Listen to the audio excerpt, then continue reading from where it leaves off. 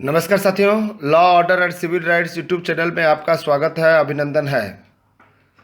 साथियों, आज के न्यूज़ में देखिए, डॉक्टर भीमराव अंबेडकर विश्वविद्यालय आगरा में एमफिल के छात्र और नेट जेआरएफ शिक्षक वर्ग के अभ्यर्थी बिना परीक्षा ले सकेंगे पीएचडी में प्रवेश। एक बार सुन लीजिएगा, एमफिल के छात्रों को और नेट जेआरएफ क्लियर्ड किए हुए छात्रों को, इसके अलावा जो डॉक्टर भीमराव अंबेडकर विश्वविद्यालय में शिक्षक हो और वो पीएचडी करना चाहते हो, तो उनके लिए एंट्रेंस एग्ज़ाम में छूट दिया हुआ है।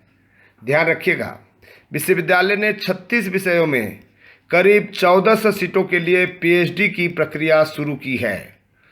प्रवेश परीक्षा में शामिल अभ्यर्थियों की मेरिट जारी की जाएगी, उसके बाद साक्षात्कार होगा। ठीक है, ये आप देख लीजिएगा। एमफिल के छात्र छात्राओं के लिए बहुत अच्छी खबर है, पर्टिकुलर एमफिल के छात्र छात्राओं को और साथ ही साथ नेट जेआरएफ क्लियर्ड छात्रों के लिए इनको सीधे प्रवेश मिल जाएगा। छात्र संगठन लंबे से इसकी मांग कर रहे थे।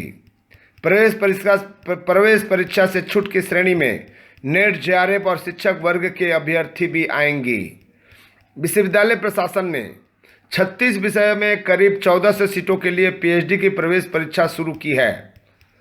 एक बात ध्यान रखिएगा, अभी जो दिसंबर में आयोजित यूजीसी नेट की परीक्षा में जो भी बच्चे नेट या जेआरएफ क्लियर्ड किए हुए हैं, उनको भी नहीं देना होगा एंट्रेंस एग्ज़ाम। एंट्रेंस एग्ज़ाम देने की ज़रूरत नहीं है।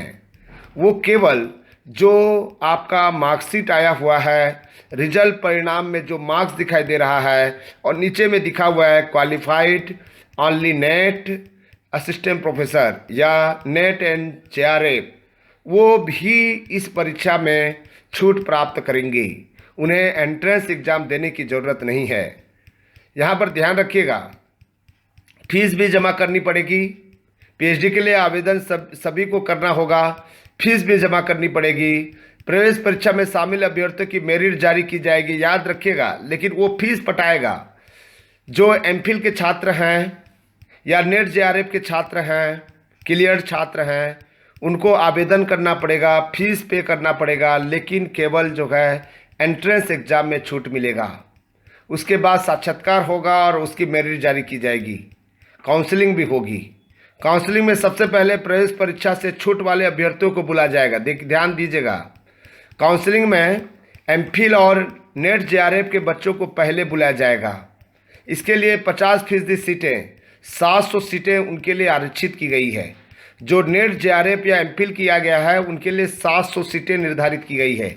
यदि इनकी काउंसलिंग के बाद 50% सीटें नहीं भर पाती है, तो बाकी 50% सीटों के साथ बची हुई सीटों पर प्रवेश परीक्षा वाले अभ्यर्थियों को प्रवेश दिया जाएगा।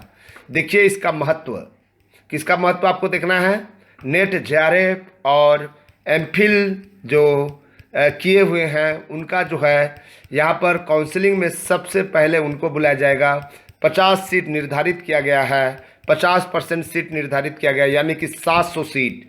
और उसके बाद जो 50 सीट है और यदि ये 50% सीट यदि नहीं भर पाता है, तो दोनों सीट जो परीक्षा दिए हुए हैं, एंट्रेंस एग्जाम दिए हुए हैं, उनका भरा जाएगा।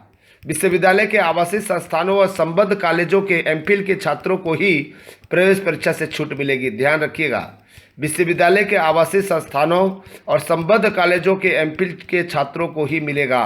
दूसरे राज्य या दूसरे विश्वविद्यालय में किए हुए एमफिल के छात्रों को एग्जाम देना पड़ेगा। शिक्षक भी विश्वविद्यालय से संबद्ध राजकीय या सहायता प्राप्त कॉलेजों के ही होनी चाहिए। 31 जनवरी आवेदन की अंतिम तिथि है। ये आपके लिए बहुत महत्वपूर्ण समाचार है, जो आपको बहुत ही खुशी देगा। जो नेट जेआरएफ किया है, एमफिल किया हुआ है, उनके लिए ये फ़ायदेमंद होगा। इसमें अप्लाई ज़रूर कीजिएगा। Thank you.